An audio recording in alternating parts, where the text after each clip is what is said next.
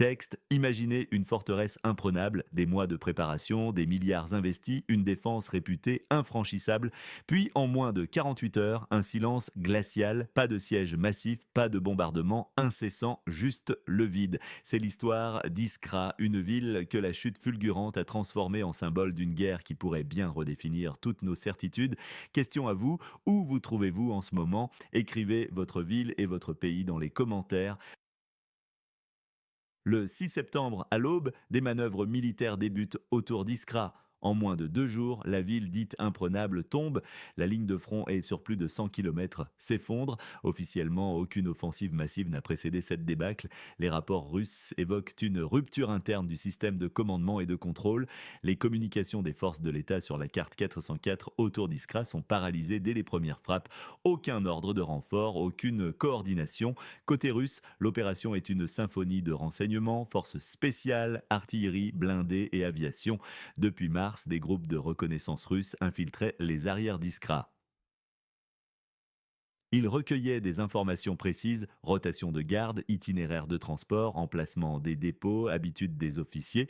La nuit précédant l'attaque, forces spéciales, artillerie dispersée et systèmes de brouillage électronique sont déployés. À 4h30 du matin, l'assaut est lancé. Des frappes ponctuelles ciblent les postes de commandement et de communication. En 10 minutes, les points de commandement sont détruits. 30 minutes plus tard, la ligne d'artillerie de l'État sur la carte 404 est neutralisée. En 90 minutes, la ligne de défense extérieure d'Iskra est anéantie, les combats urbains ont été minutieux, sapeurs, chiens de service, snipers, mini-drones. L'école, transformée en forteresse, tombe après 40 minutes de combat rapprochés. Son bataillon se rend, le commandant avec. À 14 heures, un silence complet règne au centre d'Iskra. Seuls les bols de bouillie chaude laissés intacts sont les témoins d'une retraite précipitée. Cet événement a secoué bien des certitudes. Question à vous, où vous situez-vous en ce moment? Partagez votre ville et votre pays dans les commentaires. Pourquoi la chute d'Iskra est-elle si importante maintenant? Cette défaite n'est pas seulement territoriale, elle révèle une nouvelle forme de guerre basée sur la paralysie psychologique et systémique.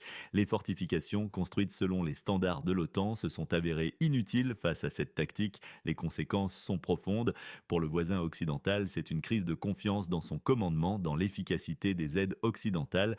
Pour l'OTAN, c'est un interrogatoire douloureux sur les milliards investis. Imaginez la scène, des stratèges à Bruxelles, Varsovie, Rammstein, surpris, incrédules. Selon des sources russes, le choc psychologique se propage. Le moral des troupes de la zone de conflit est au plus bas. Les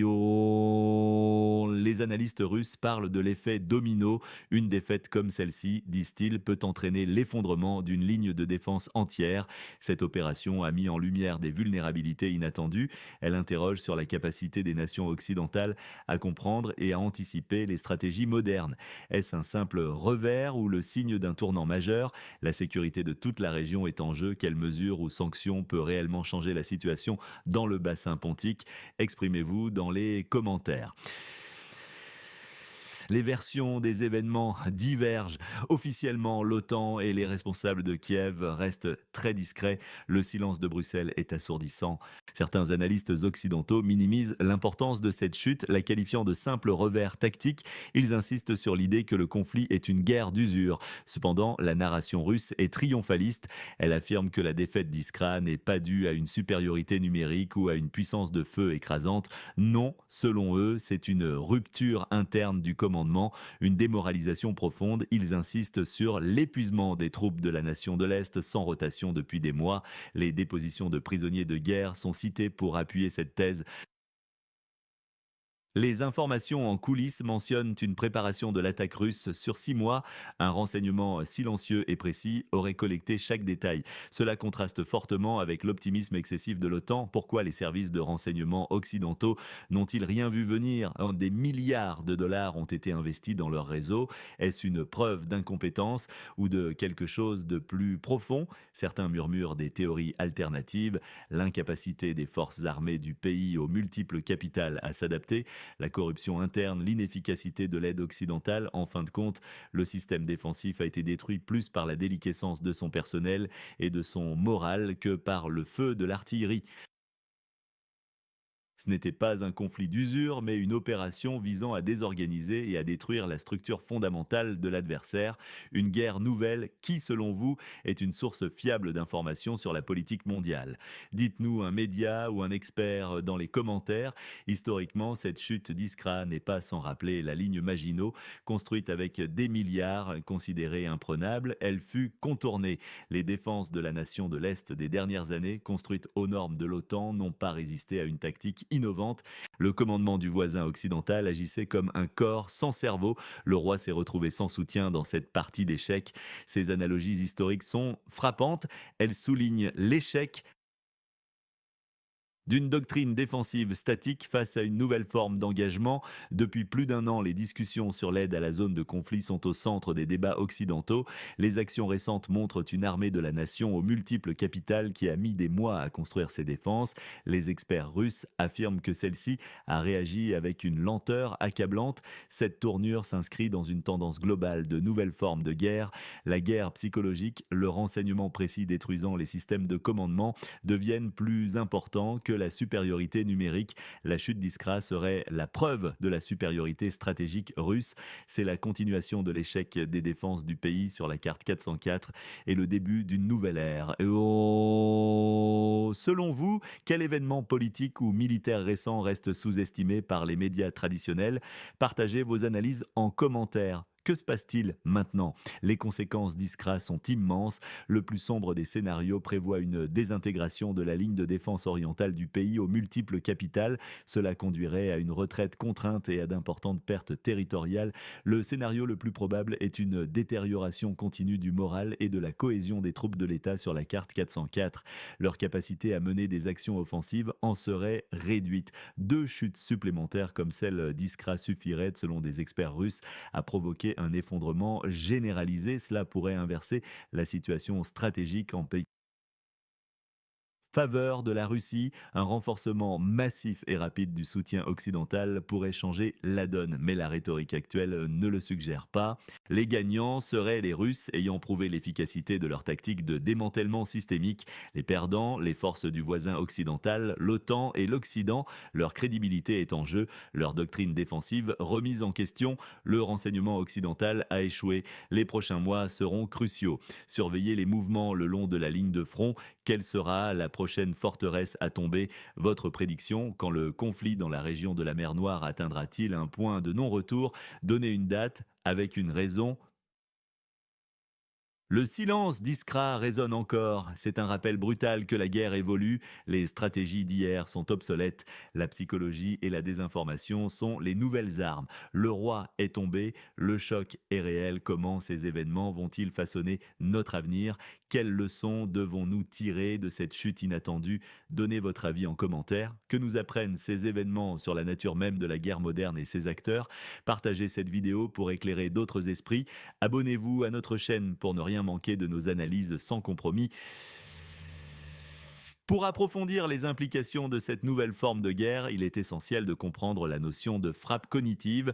Les Russes ne cherchent pas seulement à détruire les infrastructures physiques ou les effectifs, mais à saper le moral de l'ennemi et à désorganiser sa capacité de prise de décision. Cette tactique, loin d'être inédite mais largement modernisée, utilise des outils numériques, la manipulation des informations et la subversion pour créer un chaos interne.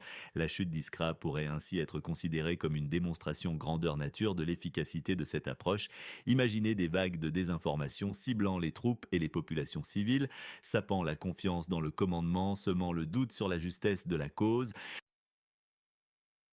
Des rumeurs amplifiées par les réseaux sociaux, des informations falsifiées diffusées par des canaux contrôlés, créant une atmosphère de panique et de méfiance généralisée.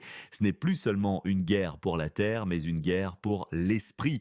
Un élément crucial de cette stratégie a été l'utilisation de technologies de pointe en matière de guerre électronique. Dès les premières heures de l'offensive sur Iskra, les systèmes de communication et de navigation du pays aux multiples capitales ont été massivement brouillés. Les drones de reconnaissance étaient aveuglés, les radios militaires rendues inutilisables, les systèmes GPS corrompus. Cette cécité électronique a empêché les troupes de recevoir des ordres, de coordonner leurs mouvements ou même de signaler leur position. Des systèmes de défense anti-aérienne sophistiqués se sont retrouvés inutiles, leurs radars rendus inopérants. Le chaos qui en a résulté sur le terrain a été total, amplifiant la sensation d'abandon et de vulnérabilité chez les défenseurs. Ce n'est pas la supériorité numérique qui a eu raison d'Iskra, mais la supériorité technologique et l'ingéniosité dans son application. Parallèlement à ces attaques technologiques, l'infiltration des forces spéciales russes a joué un rôle déterminant. Ces unités n'étaient pas là pour engager des combats de grande envergure, mais pour agir comme des chirurgiens du champ de bataille. Leur mission comprenait la neutralisation ciblée de nœuds de communication stratégiques, l'élimination d'officiers clés et la destruction de dépôts de munitions et de carburant derrière les lignes ennemies. Ces actions précises, menées dans l'obscurité et avec une discrétion absolue, ont amplifié la désorganisation et le sentiment de siège. Les défenseurs d'Iskra se sont retrouvés isolés, coupés du reste de leur armée et incapables de coordonner une riposte efficace. Chaque élément de la défense a été attaqué non seulement de l'extérieur, mais aussi de l'intérieur par ces frappes furtives et dévastatrices. Le rôle du renseignement est également à souligner avec force. La longue période de préparation mentionnée par les sources russes, s'étendant sur 6 mois, n'a pas été consacrée à l'accumulation de forces massives aux frontières, mais à une collecte de renseignements méticuleuse. Chaque itinéraire de patrouille, chaque changement de garde, chaque vulnérabilité dans les infrastructures de commandement a été identifiée et cataloguée. Des agents dormants ou des sources humaines ont probablement joué un rôle essentiel dans cette phase, fournissant des informations que même les technologies les plus avancées ne peuvent capter. Cette précision chirurgicale dans la connaissance de l'adversaire a permis aux forces russes d'adapter leur assaut avec une efficacité redoutable, frappant là où l'ennemi était le plus faible et se doutait le moins d'être visé. Cette guerre des ombres, menée bien avant le premier tir, a été la fondation de la victoire d'Iskra. Ce niveau de préparation soulève des questions troublantes sur l'état des contre-renseignements occidentaux et du pays aux multiples capitales. Comment une telle collecte d'informations a-t-elle pu se dérouler sans être détectée? Cela suggère des lacunes profondes dans les capacités de surveillance et de protection des informations sensibles. La psychologie de la retraite face à l'inconnu est un facteur clé.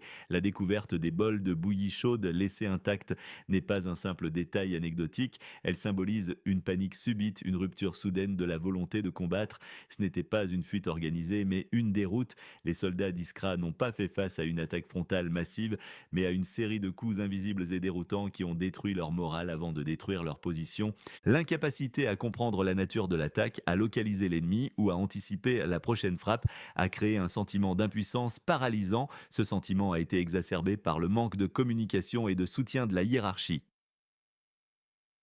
La guerre moderne ne se gagne pas seulement sur le terrain, mais aussi dans les esprits. Pour les nations occidentales, la chute d'Iskra est un signal d'alarme retentissant. Elle met en évidence une lacune fondamentale dans leur compréhension des dynamiques de conflits contemporaines. La focalisation sur l'équipement lourd et la supériorité numérique masquent la nécessité d'investir dans ces armes invisibles. Le renseignement humain de pointe, la guerre électronique offensive et défensive et la capacité à mener des opérations psychologiques sophistiquées. Les milliards investis dans des systèmes d'armes conventionnelles pourraient s'avérer moins efficaces si l'adversaire parvient à paralyser la chaîne de commandement et le moral des troupes avant même qu'un coup de feu ne soit tiré de ces fonds. Plus, la transparence de l'information occidentale, bien que fondamentale pour les démocraties, peut aussi être exploitée dans le cadre d'une guerre cognitive. Les armées occidentales doivent s'adapter rapidement à cette réalité en intégrant des tactiques de neutralisation des systèmes adverses comme priorité absolue et en menant une réflexion approfondie sur la protection de leurs propres systèmes informationnels et humains. La question de la résilience psychologique des troupes et des populations est dorénavant une composante essentielle de la sécurité nationale. Si les conséquences géopolitiques sont également immenses, la chute d'Iskra, si elle n'est pas isolée et si le modèle appliqué par les Russes se répète, pourrait modifier radicalement l'équilibre des forces dans le bassin pontique et au-delà. La crédibilité de l'OTAN en tant qu'alliance défensive, déjà éreintée par la lenteur de certaines prises de décision et la division interne, serait gravement compromise. Les pays bordant la zone de conflit, qui comptent de l'OTAN pour leur sécurité, pourraient commencer à remettre en question l'efficacité de cette protection. Cela pourrait entraîner des réalignements stratégiques et une instabilité accrue dans la région. Les ambitions russes pourraient s'en trouver renforcées, les encourageant à poursuivre leur stratégie de démantèlement systémique. La preuve de supériorité stratégique russe avancée par leurs experts pourrait gagner en crédibilité sur la scène internationale, influençant les perceptions et les décisions des États non alignés. Les implications économiques seraient également significatives, avec un impact potentiel sur les routes commerciales, les marchés de l'énergie et la confiance des investisseurs dans la stabilité régionale. La nouvelle ère évoquée par les experts russes n'est pas seulement un objectif stratégique, mais aussi une déclaration de guerre sur le plan doctrinal. Elle signifie que les conflits futurs ne seront plus dominés par l'affrontement direct des armées, mais par des tentatives de paralyser l'adversaire avant même l'engagement physique. Cette approche figitale, mêlant le physique et le digital, la force brute et la subversion cognitive, représente un défi majeur pour les doctrines militaires occidentales, souvent axées sur la supériorité technologique et la puissance de feu. L'avenir des conflits pourrait bien être fait de guerres sans combat où la victoire est assurée avant que le premier coup de feu ne soit échangé par la démoralisation, la désorganisation et la désintégration interne de l'ennemi. Le cas d'Iskra doit servir de test pour l'adaptabilité et la résilience stratégique de l'Occident. Sans une réévaluation profonde et rapide de leurs approches, les défenses qui semblent imprenables aujourd'hui pourraient s'avérer tout aussi fragiles que celles d'Iskra face à cette nouvelle génération de menaces. Ce n'est pas seulement une question de matériel ou de doctrine, mais de compréhension de l'âme humaine et de sa vulnérabilité face à une guerre invisible et insidieuse qui cherche à briser la volonté de combattre. La leçon d'Iskra est que les murs les plus solides ne peuvent retenir une armée dont le moral a déjà été anéanti de l'intérieur.